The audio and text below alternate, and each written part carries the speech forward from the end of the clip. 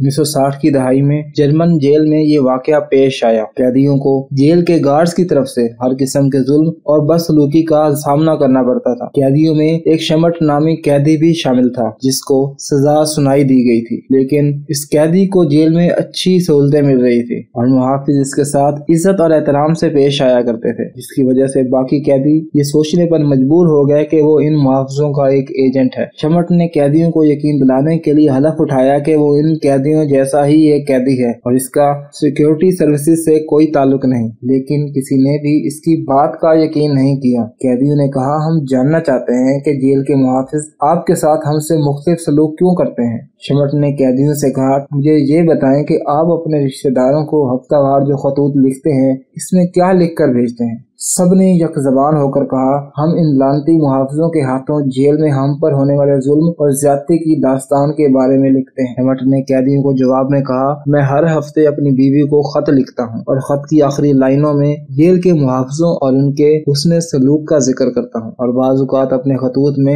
कुछ मुहाफिजों के नाम भी लिख देता हूँ और इनकी तारीफ भी कर देता हूँ। अगले हफ्ते कैदियों को ये देखकर हैरत से शदीद धचका लगा कि तमाम जेल गार्ड्स ने कैदियों के साथ पहले से भी कहीं ज्यादा बदतरीन सलूक किया। हत्ता के शमट के साथ भी यही सलूक किया गया और उसके साथ जेल का अमला नहायत सख्ती से पेश आया। कुछ दिन बाद शमट ने कैदियों से पूछा, तुमने इस हफ्ते के खतूत में ऐसा क्या लिख दिया था। सब ने जवाब में कहा, हमने लिखा था कि शमट ने हमें मलून मुहाफिजों को धोखा देने और उनका एतमाद और यकीन हासिल करने का एक नया तरीका सिखाया। ये सुनकर शमट ने दुख के मारे अपने गाल पीट लिए और अपने बाल पागलों की तरह नोचने शुरू कर दिए। दूसरों की मदद करना अच्छा है, लेकिन ये जानना ज्यादा जरूरी है कि आप जिस शख्स से बात कर रहे हैं वो किस फितरत का मालिक है।